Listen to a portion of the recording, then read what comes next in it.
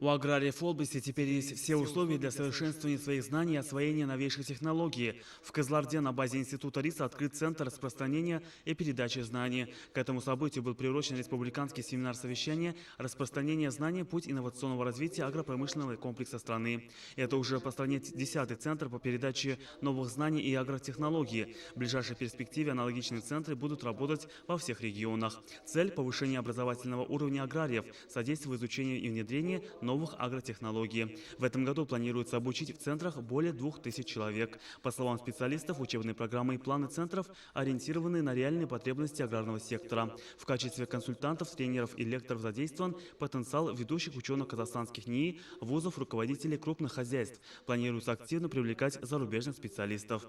Первый цикл лекций был по рисосеянию. В течение 5 дней 25 рисоводов будут знакомиться с новыми технологиями в этой сфере. В программе центра курсы по кормопроизводству, водосберегающим технологиям, овощебахчеводству, животноводству. Основное направление деятельности ЦРЗ Кызылорда – это распространение новых знаний, технологий в области сельского хозяйства, особенно учитывающие особенности Кызылординской области, так как Кызылординская область находится в сложном экологическом положении. Повсеместно наблюдается снижение плодородия почв. В этих условиях организация сельского хозяйства, естественно, есть определенные трудности. В этом смысле решает кадры много хозяйства.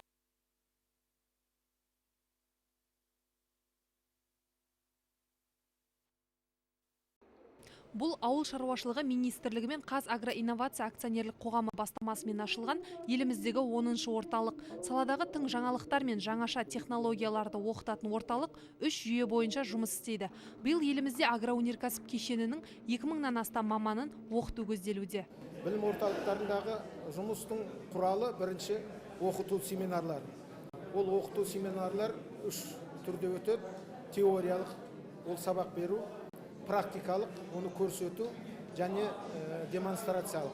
Ендігі бір бағыты ол кеңес беру. Кеңес берген кезде кеңестің де 2 түрі бар. Мысалы шаруашылыққа тікелей біздің консультанттар дейміз, или кеңесшілер, солар барып өз білімдерін жаңа шаруашылық басшыларына көрсетіп, үйретіп, тікелей сол шаруашылыққа барып жұмыс істеу. Сыр маржанын өсіріп, 4 түліктің бабын тапқан сыр аграрийлер үшін бұл орталықтың берері мол болмақ. Біздің ауыл шаруашылық қызметкерлері мен ғалымдар үшін ерекше жасалып жатқан, мемлекеттің қамқорлығының арқасында жасалып жатқан үлкен орталық, соныған мен жұмысына табыс тілеймін. Орталықтың алғашқы дәрісі күріш өсірудің жаңа технологияларына арналды. Оқуға 25 күрішші қатысты. 5 күн ішінде олар сыр маржанын өсірудің жаңа әдіс тәсілдерімен танысып, тың мағлұматқа қанықпақ. Саладағы жаңашылдықты олар өз шаруашылықтарында жүзеге асыратын болады.